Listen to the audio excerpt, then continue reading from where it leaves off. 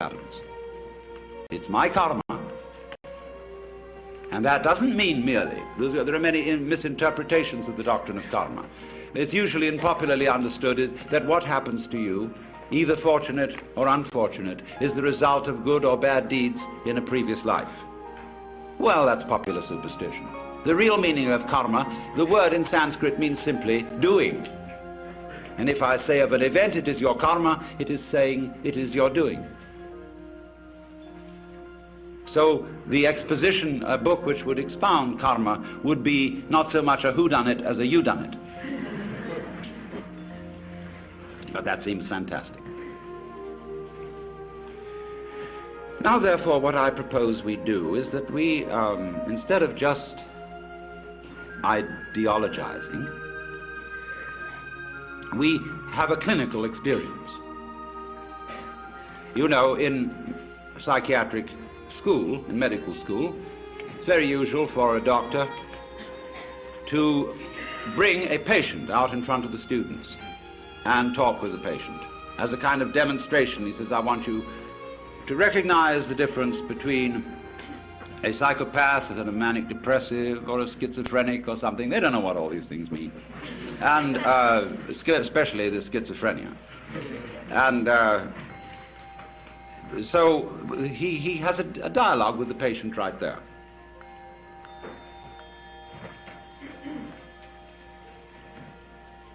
So let us suppose that I'm the patient,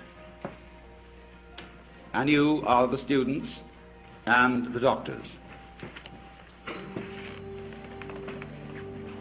And I suffer from what you would call the delusion that I'm God.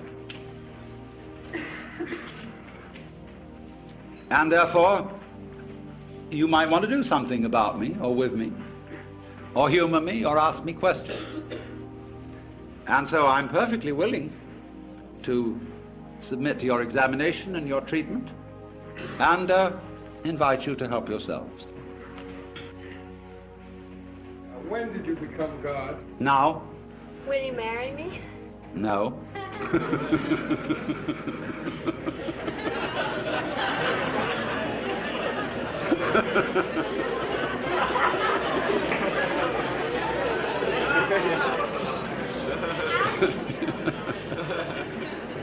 Yes. God, do you sleep on your stomach or your back? Sleeping is like politics. One sleeps on the right side, and then when you're tired of that, you sleep on the left. When you're tired of that, you sleep on your back, and when you're tired of that, you sleep on your stomach. And it is thus that the world goes round.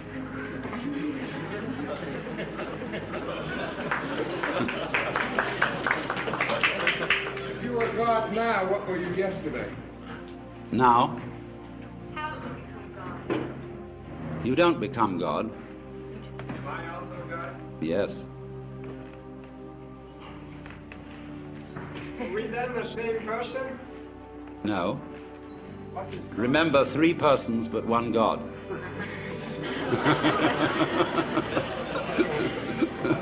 God, could you tell us a little about Satan? Could I tell you a little bit about Satan? Yes. Although the matter is a little esoteric, but I told you all about it in the book of Job, where you will see that in the court of heaven, Satan is the district attorney.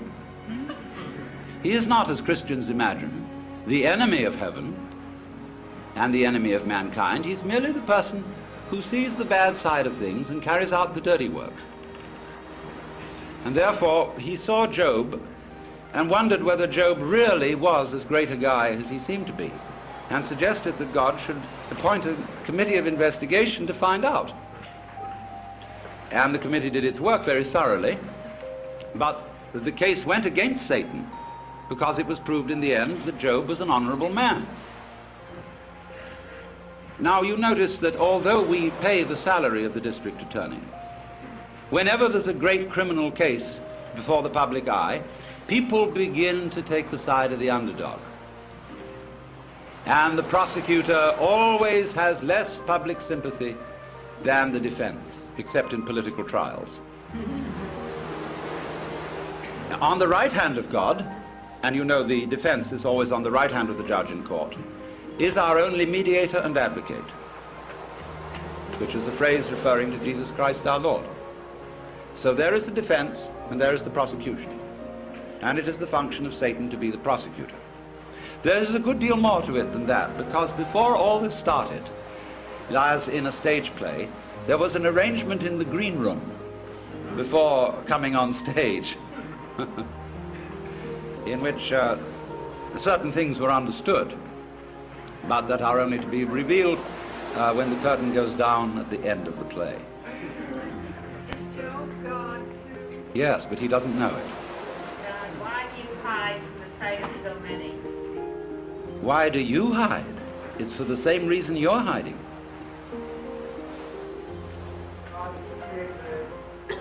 Yes. Who else? What? Man has free will to the extent that he knows who he is, not otherwise. Where I got it from. Yes. To the extent that she knows who she is, yes. Man has free will to know just what he is, and man is God, then you'd say that you are no more than any God in this room, or any man. That is correct. I'm no more God than any of you. Then you only have the power to know who you are. Well, that is saying quite a bit, yes. What is not God? What is not God? There is nothing that is not God. How do you learn who you are? It's like waking up from a dream. After a while, one's experience begins to have what I would call a haven't we been here before feeling. Going round and round and round. And then you begin wondering, where am I going? And to answer that question, you have to try and find out what you want. And so I went into that very thoroughly. What do I want to happen? And, of course, as soon as you ask yourself that, you begin to fantasize.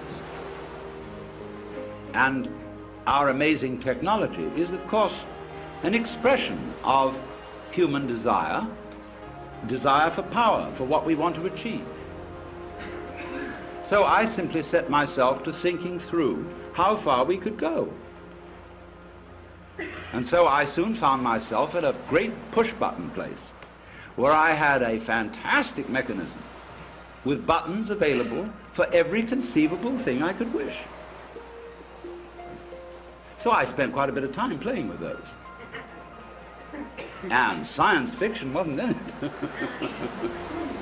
You know, you go going like that, and here is Cleopatra. And so on, you know, and then press this button, symphonic music in a 4-channel sound, 16-channel sound. Anything, you know, all possible pleasures are available. And when, you know, you're like everybody's dream of the Sultan in the palace, you suddenly notice there's a button labeled surprise. You push that, and here we are.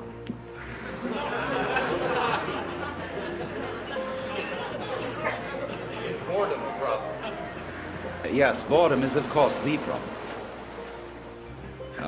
Boredom is the other side of creativity. And the energy of creation has as its, that is the yang, the yin side of that energy is called boredom. Everything, of course, is fundamentally yang and yin. If you understand that, you really don't need to understand anything else. As God, what responsibility do you feel to ameliorate evil in the world? As God, what responsibility do I feel to ameliorate evil in the world? I begin with the point that I am responsible for the way the world is.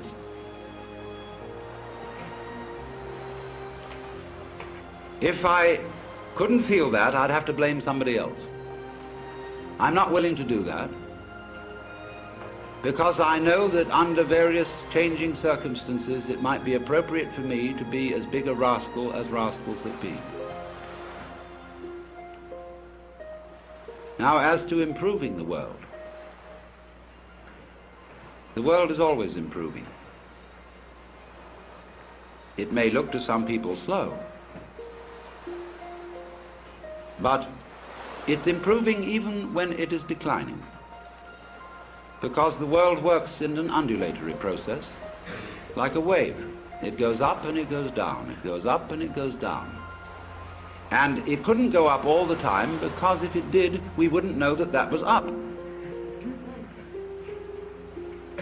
So it goes down some of the time so that we can know when it goes up, because if we didn't know when it went up, it would be like being in a space where everything was light. There'd be nothing to write home about. There would be no black marks on the space, and so it would be like a piece of perfectly empty paper. Similarly, to be in a completely black space would also be a kind of unconsciousness with nothing to write home about, because there'd be nothing would make any difference. So therefore, if you're going to have black, you won't know that it's black unless you have some white, and if you're going to have white, you won't know that it's white unless you have some black. Why do you teach us all to love one another? Because if we get to that point, there won't be any of these ups and downs. We'll have to tell you. Correct, but that's not a teaching, it's a koan. A koan. A koan is a Japanese word for a spiritual problem used in Zen Buddhism, such as, what is the sound of one hand? And these problems are given to those who ask questions concerning their spiritual development. And sometimes, as St. Paul pointed out, commandments are given not in the expectation that they will be obeyed, but in the expectation that they will reveal something to those who hear them. That was St. Paul's comment on the whole Mosaic law. Yes, sir. If we accept to be, What? if we accept to be Christ, we are all God. Yes. What of the hereafter? Is there a heaven? Is there a purgatory? Is there a hell? The hereafter is, of course, now.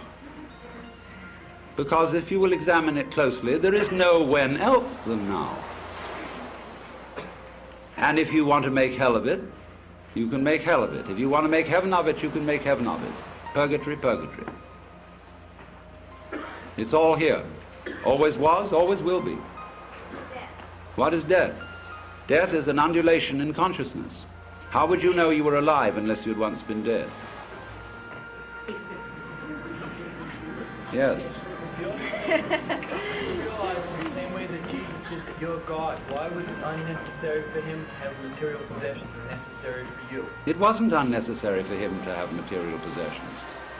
They said of St. John the Baptist that he was an ascetic, but of Jesus, this man consorts with gluttoners and wine-bibbers and comes eating and drinking. And when the lady Mary poured precious ointment on his feet and anointed him, they said the same thing that the members of the vestry say to the minister today. Why this great expense? Couldn't it all have been sold for much money and given to the poor? It is a problem, sure. But you see, in many ways, when you get down to these very deep ethical problems, where there sure is no easy decision one way or the other, you must look at the problem from the point of view of an artist.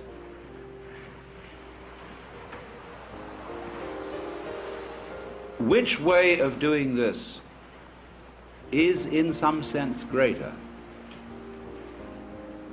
It may be better to go off with a bang than with a whimper.